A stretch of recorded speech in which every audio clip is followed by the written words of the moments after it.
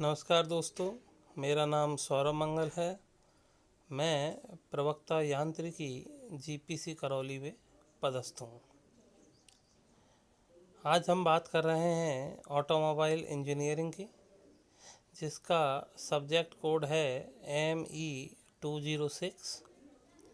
इसमें हम बात कर रहे हैं यूनिट नंबर 6 गियर बॉक्स के बारे में। चलिए सबसे पहले देखते हैं कि इसका इंट्रोडक्शन क्या है और इसका पर्पज़ क्या है। तो भाई जो गियर बॉक्स होता है उसका मेन पर्पज़ होता है स्पीड को मैनिपुलेट करने के लिए और टॉर्क को रीसेट करने के लिए। जैसा कि हम देखते हैं हमारी जब गाड़ी जो भी होती है 4 व्हीलर या 2 व्हीलर, उसमें आप देख सकते हैं कि आप वो अलग अलग स्पीड पे अलग अलग जब गियर आप लगाते हैं, पहला दूसरा तीसरा चौथा, तो उसमें वो उसकी स्पीड जो होती है वो मैटर करती है कि भाई आपको किस स्पीड पर कौन सा गियर लगाना है। तो बेसिकली ये जो स्पीड का चेंज हो रहा है ये सब हो रहा है किसकी वजह से? गियर की वजह से, राइट। वरना इंजन से तो जो भी पावर आ रही है वो एक पर्टिकुलर पावर ही आ रही है। तो देखते हैं, तो एक तो ये स्पीड और टॉर्क कन्वर्जन का काम करती है, क्योंकि लिमिटेशन है इंटरनल कम्बशन इंजन पे तो कि वहाँ से तो एक पर्टिकुलर उस पर ही पावर आएगी। दूसरी बात, आप जब गाड़ी रिवर्स लेते हैं तो ये जो आउटपुट शाफ्ट होती है उसकी डायरेक्शन को रिवर्स करने का जो काम है वो भी गियर्स के द्वारा ही किया जाता है। तीसरा, ऑटोमोटिव गियर बॉक्सेज जो होते हैं ये बेसिकली लोड को रिड्यूस कर देते हैं इंजन के ऊपर में by manipulating the torque and speed. तो टॉर्क और स्पीड को मैनिपुलेट करके ये लोड भी कम कर देते हैं इंजन के ऊपर में, राइट। दूसरी बात, अगर इंजन जो है एक पर्टिकुलर स्पीड पर पहुंच चुका है, एक नंबर ऑफ रिवोल्यूशंस पर पहुंच चुका है, तो ये एडवाइज़ किया जाता है कि अब आप गियर जो है वो बढ़ा दीजिए, increase the gear to reduce the engine RPM। तो आपको जो गियर्स हैं वो बढ़ा देने चाहिए, मतलब अगर तीसरा गियर है तो आपको चौथा गियर लगा देना चाहिए, इस तरीके से। तो अगर आप ऐसा करते हैं ज़्यादा स्पीड पर तो ये अच्छा कंट्रोल देता है, ज़्यादा स्पीड होती है, बेटर एक्सेलरेशन मिलता है और फ्यूल इकोनॉमी भी अच्छी मिलती है, मतलब आपकी गाड़ी का एवरेज भी बढ़िया सेट रहता है। ज़्यादा से ज़्यादातर जो गियर बॉक्सेज होते हैं वो बेसिकली टॉर्क जो है उसको तो बढ़ा देते हैं और स्पीड को घटा देते हैं। ऐसा करने से मैकेनिकल एडवांटेज इसका बढ़ जाता है। Automotive gearboxes also have the provision to do the opposite, means provide an increase in the output shaft speed with reduction of the torque. ऐसा भी कर सकते हैं।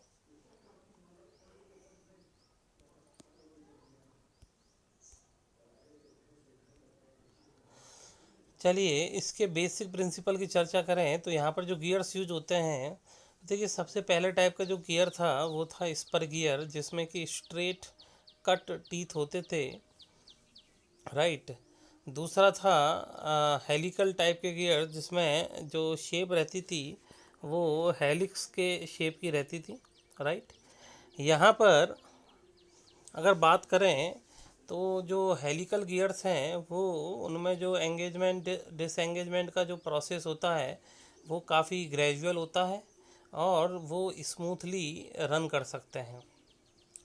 वहीं स्पर गियर्स में इंस्टेंटेनियस एंगेजमेंट एंड डिसएंगेजमेंट होता है, इससे इम्पैक्ट स्ट्रेसेस जनरेट होती है और इससे गियर की जो लाइफ है वो कम हो जाती है।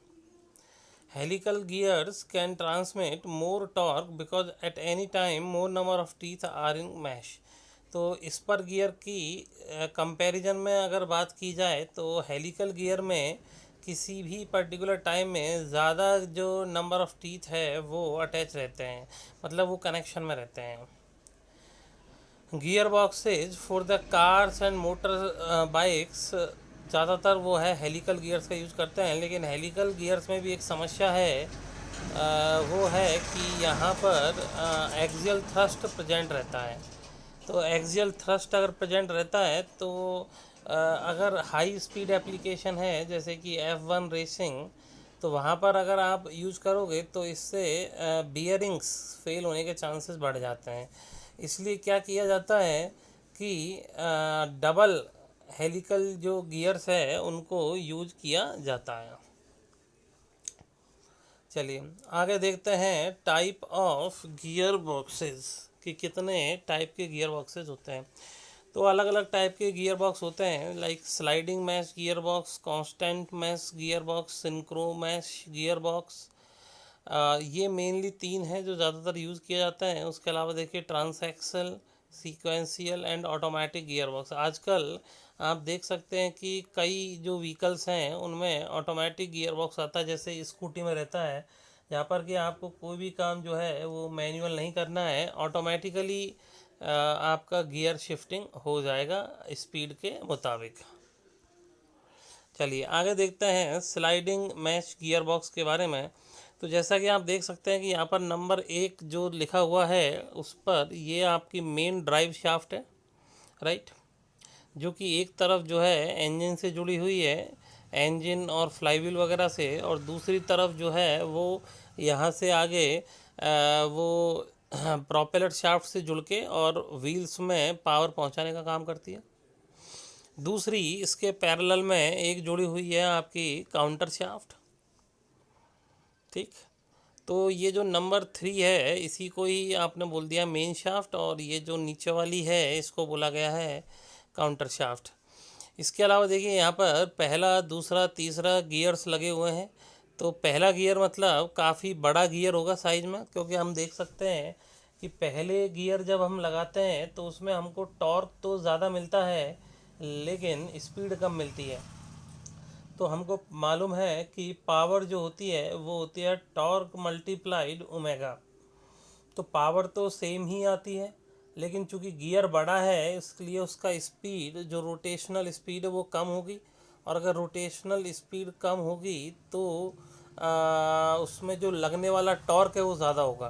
तो शुरुआत में गाड़ी को एक्चुअली रेस्ट से मोशन में लाने के लिए, मतलब मोशन में लाने के लिए आपको ज़्यादा टॉर्क की ज़रूरत पड़ती है, मतलब जैसे ज़्यादा फोर्स की ज़रूरत पड़ती है। तो इसलिए उस टाइम पर आप जो है चाहते हैं कि टॉर्क ज़्यादा रहे और चाहे स्पीड कम मिले। लेकिन जैसे जैसे गाड़ी आगे बढ़ने लगती है तो हम चाहते हैं कि स्पीड ज़्यादा से ज़्यादा होती रहे, और अब टॉर्क का रिक्वायरमेंट उतना नहीं है, क्योंकि उसको पर्टिकुलर मोशन में रखने के लिए अब आपको उतना टॉर्क नहीं लगाना पड़ रहा है। जैसे आप इस चीज़ को ऐसे समझिए कि कोई भी भारी वस्तु है तो उसको शुरुआत में आपको चलाने के लिए तो बहुत ज़्यादा फोर्स लगाने की ज़रूरत पड़ेगी, लेकिन एक बार जब वो चलने लगेगी तो उसके बाद में उतना ज़्यादा फोर्स लगाने की ज़रूरत नहीं है, राइट। तो इस तरीके से होता है। अब यहाँ पर आप देख सकते हैं कि ये देखिए इसमें जो है अलग अलग गियर्स की पोजीशन दी हुई है। तो देखिए इसमें फर्स्ट गियर पोजीशन में आप देख सकते हैं कि जो छठे नंबर का गियर है ये काउंटर शाफ्ट के बहुत छोटे वाले गियर से जुड़ा हुआ है, क्योंकि जो मेन गियर है मेन शाफ्ट पर वो बड़ा होना चाहिए। तो ये पहले गियर की पोजीशन है। दूसरे गियर की पोजीशन में उसको थोड़ा छोटा साइज वाले से कनेक्ट कर दिया जाता है, चौथे नंबर से। तीसरे वाले में उसको और भी छोटे से कनेक्ट कर दिया जाता है एक्चुअली, राइट।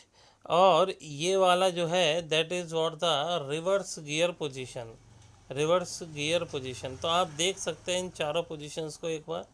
ये वाली पोजीशन आप देख सकते हैं, इसमें जो सबसे बड़ा वाला है उसको फिफ्थ से कनेक्ट किया गया है, इधर इस तरीके से कनेक्ट किया गया है। तो have a look on this diagram please.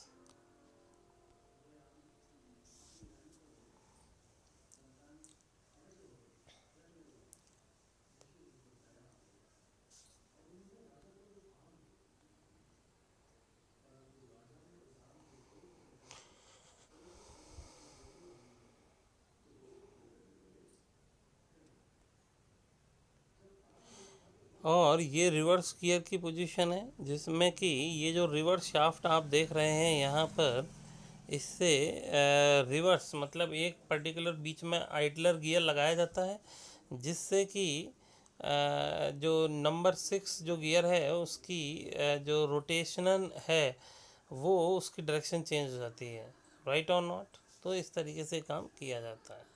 धन्यवाद।